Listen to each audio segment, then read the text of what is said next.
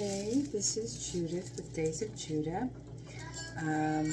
Sorry, I am backlit, and there isn't anything that I can do about that right now because I'm making peanut butter and jelly sandwiches, and I'm going to do that right here. So that's what it is. But I wanted to pop on because I wanted to talk about more ideas about homeschooling.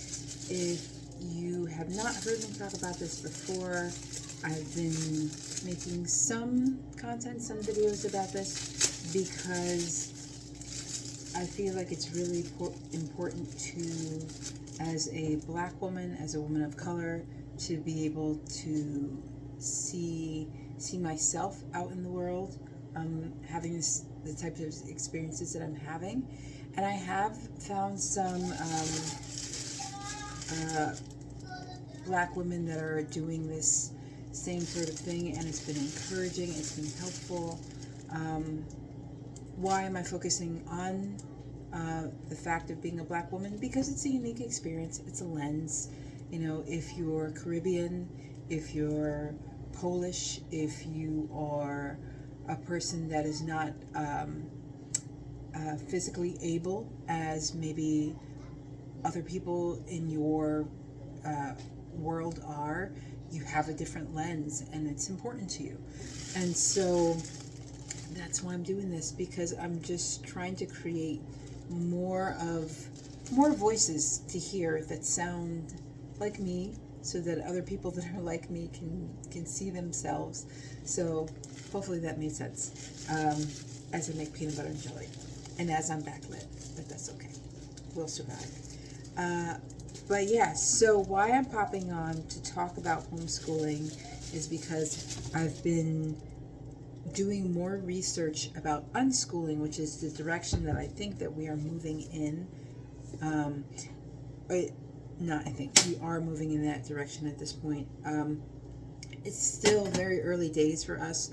We have a 4-year-old and a 2-year-old, so in the state that we're in, you don't need to be in some type of schooling classes until you're 6 years old. So we don't have to be doing anything, but we are, because one of the things that after observing my children, they enjoy learning. They enjoy the process. So why not learn? Why not create as many opportunities for us to do that as possible and just have fun and embrace it? So I have been listening to different books on Audible and just trying to soak up information for myself as I'm trying to guide my children through this process. Currently for the second time, listening to Raising Free People by Akilah S. Richards, and then also listening to Brave Learner by Julia Bogart. I'm so sorry, Miss Bogart. I don't have it in front of me. Miss Bogart is not a woman of color, at least not that I know of. But she has a lot of really, really helpful information, because the information is not necessarily about always about color or things like that. Sometimes it's things that apply to everybody. So I found, so far, I'm still reading her book and have been finding it really interesting. But what I also have been finding interesting as I'm going through the process of this book is what's coming up for me, what is constantly bubbling up, which is, I keep doing this because I just washed my hair, so I got a wet head and a trapeze. It's life. But what's been coming up for me is this idea of, oh, that's so white. Now, if that is a new concept to you, if you're like, what are you talking about?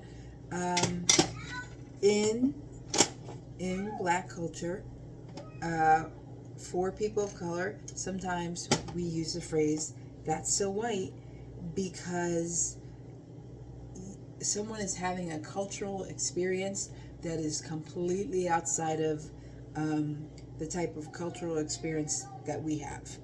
And we would almost never do that, or for whatever silly example, if you hear my little one in the background, she's living her life and having a good one.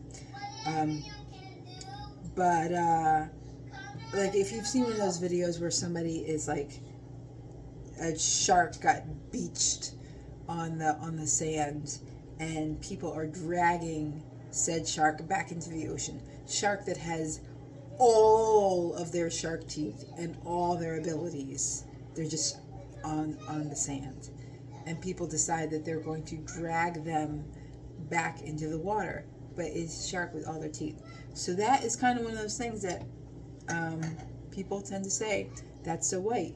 Because you're probably just not going to see a black person doing that. Because we have this thing about self-preservation is real in a lot of settings. So that's like one of those things. Now, there were no sharks in Miss Bogart's or Mrs. Bogart's book, but there were a lot of things where I found myself saying, that's so white. That's something, like that's not something that I see myself doing, or I see black people doing. And then I had a moment of pause, and I had to ask myself, why am I saying that thing is so white? Why am I saying that thing is so, like, not something that I would do? And sometimes the answer that came up for me was a matter of, you want a peanut butter and jelly sandwich? Yeah! Okay, here you go. It's ready. The answer that came up for me was, it was a matter of inaccessibility. It was a matter of, like, I don't feel like I have access to that. I don't feel like I'm allowed to do that. And I realized that by saying that, not only am I limiting myself, but I'm also limiting my children. And one of the whole purposes of homeschooling is to be able to give my children other avenues and doors to explore learning, other ways to be in the world. I do believe in that phrase, if be the change you want to see in the world.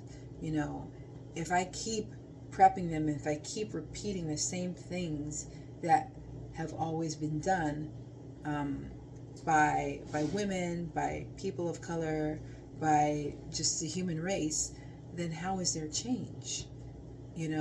So I really had to stop and ask myself, why am I saying these things are so white? And it really, a lot of it was about, not feeling like I gave myself permission to be in that space. And I mentioned the other book, Raising Free People, because there's also this concept of being able to be free, having freedom to create a learning experience for your children, or allow and make space for their learning experience as they understand it to happen, and finding freedom. And if I have all these stipulations, all these hang-ups that I still am carrying with me, how are we going to have the freedom to have that experience? I don't have the answers for all these things. I just am telling you the things that have been coming up for me, because I think it's really important, because I know it's got to be coming up for someone else. And someone has to be wrestling with these things.